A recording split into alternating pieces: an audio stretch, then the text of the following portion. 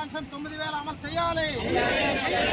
కేంద్ర ప్రభుత్వం బడ్జెట్ లో ఈపీఎస్ పెన్షన్దారులు మొండి చేయ చూపడం అన్యాయం. ఈపీఎస్ పెన్షన్దారుల పట్ల కేంద్ర ప్రభుత్వం నిర్లక్ష్య వైఖరి నశించాలి. ఉద్యోగులు, ఉపాధ్యాయులు, కార్మికులు, పెన్షనర్ల ఐక్యత వర్ధిల్లాలి. కేంద్ర పెన్షన్ 9,000 అమలు చేయాలి. బడ్జెట్ లో ఈపీఎస్ పెన్షన్దారులు మొండి చేయ చూపడం అన్యాయం. ఈపీఎస్ పెన్షన్దారులకి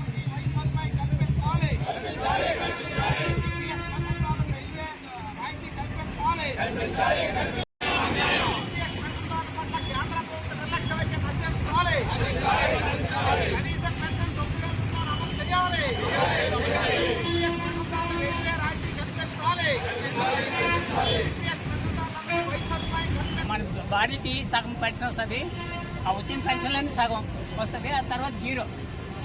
అందుకే ఈ మధ్య సెప్టెంబర్ 22లోని సుప్రీంకోర్టు జడ్జిమెంట్ మన సుప్రీంకోర్టుకి వెళ్ళాం. ఆ స్టోరీలన్నీ మీకు తెలుసు. ఆ తర్వాత ముందు Malhotra committee, high power committee, parliamentary committee వీళ్ళందరూ కూడా పెన్షన్ పెంచాలి రిపోర్ట్లు ఇచ్చారు. వాళ్ళు ఏవి అమలు చేయలేదు. ఆఖరి సుప్రీంకోర్టుకి వెళ్ళాం. వాయిదాలు పడగా సెప్టెంబర్ 22లో అప్పుడు వాళ్ళు తీర్పు ఇచ్చారు. ఆ తీర్పు అమలుకి ఇప్పటికి నానా పాటలు పెట్టేస్తున్నారు. ఈ 76 లక్షల మందిలో మొట్టమొదట అసలు అప్లై చేసిన వాళ్ళే తక్కువ. ఎందుకంటే రకరకాల కట్టలు, చాలామందికి ఎలిజిబిలిటీ లేదు.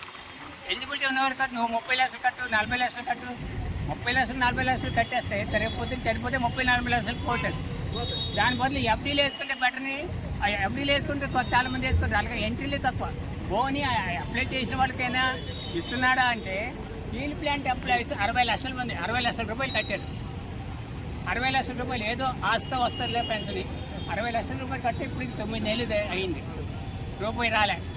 60 లక్షలు అలా ఉండిపోయింది, ఈ రూపాయి రాలే. ఇంత అన్యాయం మనకు జరుగుతుంది. ఇంత అన్యాయం జరుగుతుంది కాబట్టి మన అందరూ కూడా ఖచ్చితంగా మనం ఐక్యం అవ్వాలి. మన జిల్లా తీసుకుంటే సుమారు 10,000 మంది ఉన్నారు. టౌన్ తీసుకున్నా కూడా వందల సంఖ్యలో ఉన్నాం. వివిధ డిపార్ట్మెంట్లో ఉన్నాం. సమస్యలు ఒకటే. ఇప్పుడు మనకి వేరు యూనియన్లు ఉండొచ్చు. ఆర్టీసీ ఎంప్లాయీస్ యూనియన్ ఉంది, సంతోషం. కానీ మనకి అన్యాయం జరుగుతున్నప్పుడు మాత్రం వాళ్ళు వచ్చి ఆర్టీసీ నాయకుడు సంఘారు కూడా వచ్చి మాట్లాడతారు. మనకు అన్యాయం జరుగుతున్నప్పుడు మాత్రం మనం అందరం ఏకం అవ్వాలి. ఎవరి యూనియన్ వాళ్ళది, ఎవరు సమావేశాలు వాడివి. కానీ మనకి అన్యాయం జరుగుతున్న మాత్రం మన అందరూ ఐక్యం అవ్వాలి. ఆ ఐక్యత మనకి తక్కువగా ఉంది. ఆ ఐక్యత మన రాబోయే రోజుల్లో మనం పంచుకోవాలి. ఇంతకీ మన డిమాండ్లు ఏంటి? మన డిమాండ్లు ఏంటంటే కనీస పెన్షన్ 9,000 ప్లస్ కరుమతి ఇవ్వాలి. రెండవది, భార్యాభర్తలకి పూర్తి స్థాయి వైద్య సదుపాయం కల్పించాలి. 3, రైల్వే కన్సెషన్ తీశారు, అది మళ్ళీ పునరుద్ధరించాలి. 4వది, సెప్టెంబర్ 22 సుప్రీంకోర్టు తీర్పు అందరికీ ఎటువంటి మినహాయింపులు లేకుండానే అమలు చేయాలి. ఇవి 4 డిమాండ్లు. ఈ 4 అత్యంత న్యాయమైనవి. అంచేత ఈ డిమాండ్లు వెంటనే అమలు చేయాలని మనం కోరుతున్నాం. అయితే మనకి చాలదు, మనకి బలం చాలదు. దేశవ్యాప్తంగా కూడా చాలా సంఘాలు ఉన్నాయి, ఏపీ సంఘాలు. ఎవరికి వాళ్ళు అందరూ కలిసి ఢిల్లీలో ఆగస్టులో 3 రోజులు ధర్నా చేస్తున్నారు. మనం కూడా ఇక్కడ ఒకరిద్దరిని పంపుదాం అనుకున్న ఆ ప్రయత్నం చేస్తున్నాము. ఎంతవరకు సాధ్యం అవుతుందో తెలియదు. ఏదేమైనా కూడా మన ప్రయత్నం మనం చేస్తున్నాం. ఢిల్లీలో కూడా 3 రోజులు ధర్నా చేస్తున్నాం. ఆ ప్రతిపక్ష నాయకులు అందరూ వచ్చి అడ్రస్ చేస్తారు. ఇవన్నీ జరుగుతాయి. అయితే మన ఒత్తిడి కేంద్ర బడ్జెట్లో కనీసం ఈపీఎస్ 95 ఉద్యోగుల తొలక ప్రస్తావన లేకుండా ఈ బడ్జెట్ సమావేశాల్లో కనీసం ఈపీఎస్ కనీసం వాళ్ళు లేవనెత్తలేదు. నేటికి 29 సంవత్సరాల నుంచి పోరాడుతూనే ఉన్నాం. కనీస పెన్షన్ మాకు 9,000 ఇవ్వాలి, వైద్య సదుపాయం కల్పించాలి, రైల్వే రాయితీలు ఇవ్వాలి. ఇలా ఎన్నో రకాలైనటువంటి కనీస విలువలతో కూడినటువంటి పెన్షన్ గురించి మేము పోరాడుతుంటే నేటికి కూడా మోడీ ప్రభుత్వం వచ్చింది, 3వసారి గద్దెక్కింది. కనీసం ఈపీఎస్ పెన్షన్స్ గురించి ఆ సమస్యలు లేవనెత్తలేదు.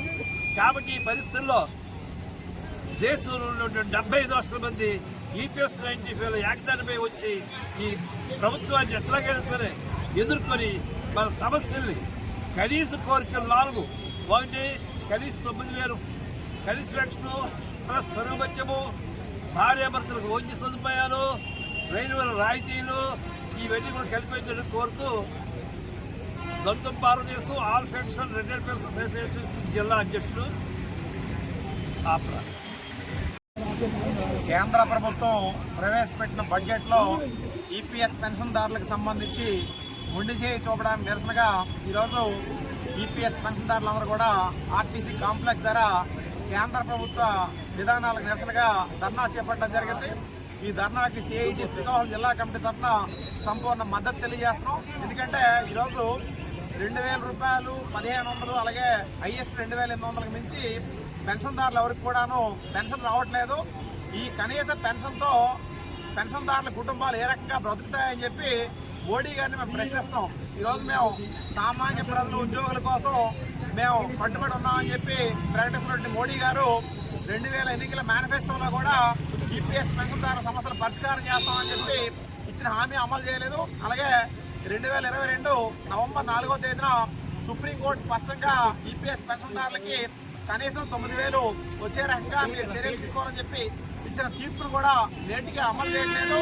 అందుకు కనీస పెన్షన్ 9,000 రూపాయలు ఖచ్చితంగా అందరికి కూడా అమలు చేయాలి.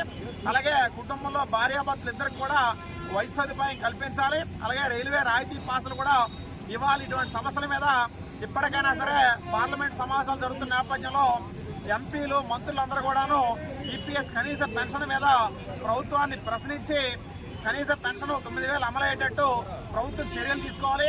అలా కాని పక్షంలో భవిష్యత్తులో పెన్షన్దారులు చేసే పోరాటాలన్నిటి కూడా సిఐటి ప్రత్యక్షంగా పాల్గొనడంతో పాటు సంపూర్ణ మద్దతు ఇస్తుందని చెప్పి తెలియజేస్తున్నాం. మీ తేజేశ్వరరావు, సిఐటి జిల్లా ప్రధాన కార్యదర్శి, శ్రీకాకుళం.